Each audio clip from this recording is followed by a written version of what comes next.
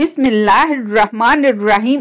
ناظرین، ایک دفعہ کا واقعہ ہے کہ ایک شہر میں ایک عورت رہتی تھی جس کا خاوند وصال کر گیا۔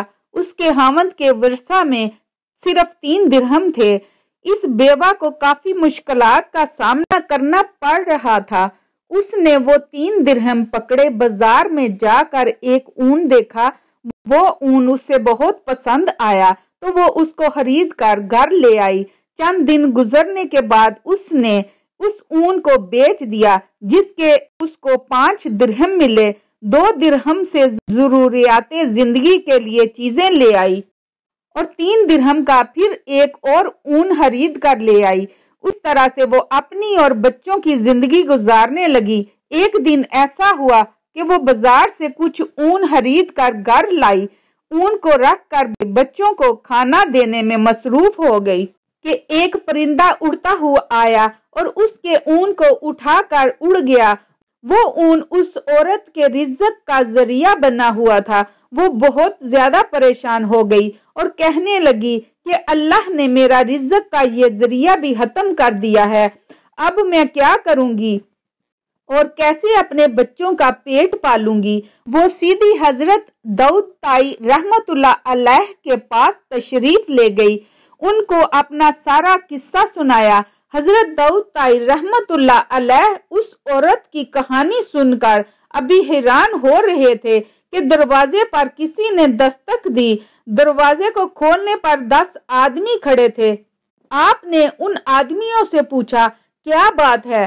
انہوں نے بتایا کہ ہم سمندر میں سفر کر رہے تھے کہ اچانک ہماری کشتی میں چھوٹا سا سوراخ ہو گیا اور کشتی میں پانی بھرنے لگا۔ ہمیں اپنی موت یقینی ہو گئی تھی۔ ہم سب نے مل کر اللہ تعالیٰ سے دعا کی کہ اے اللہ، ہم کو اس مشکل سے نکال دے، تو ہم سب مل کر 10,000 درہم صدقہ کریں گے۔ ہم اللہ تعالیٰ سے یہ دعا کر رہے تھے کہ ہماری کشتی میں کسی پرندے نے اون کا ایک گولا پھینک دیا۔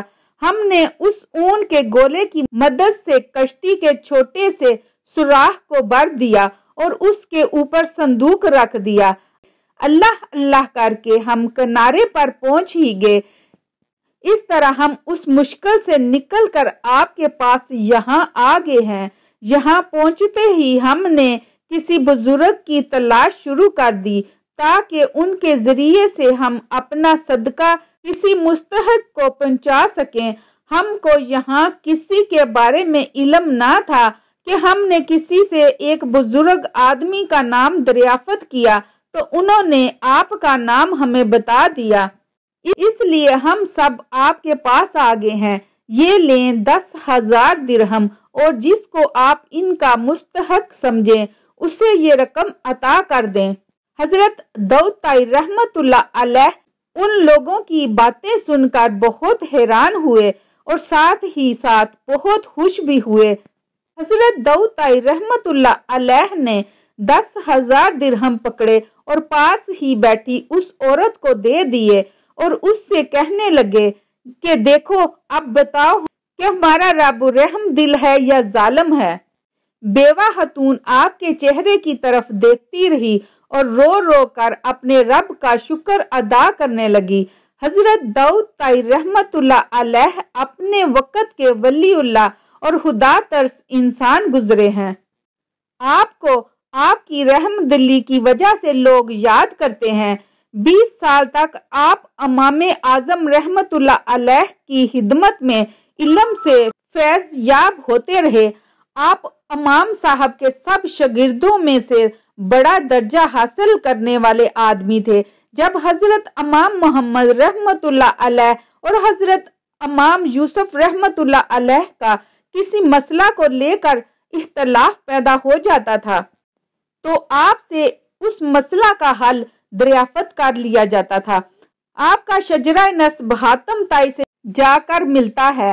آپ 21 صفر 47 ہجری کو ملک شام میں پیدا ہوئے۔ آپ نے زیادہ زندگی کوفہ میں بسر کی۔ پھر آپ خواجہ حبیب رائی کے پاس آئے، یہاں ان کے ہاتھ پر بیعت کر لی۔ یاد رہے کہ حضرت حبیب رائی حضرت حسن بصری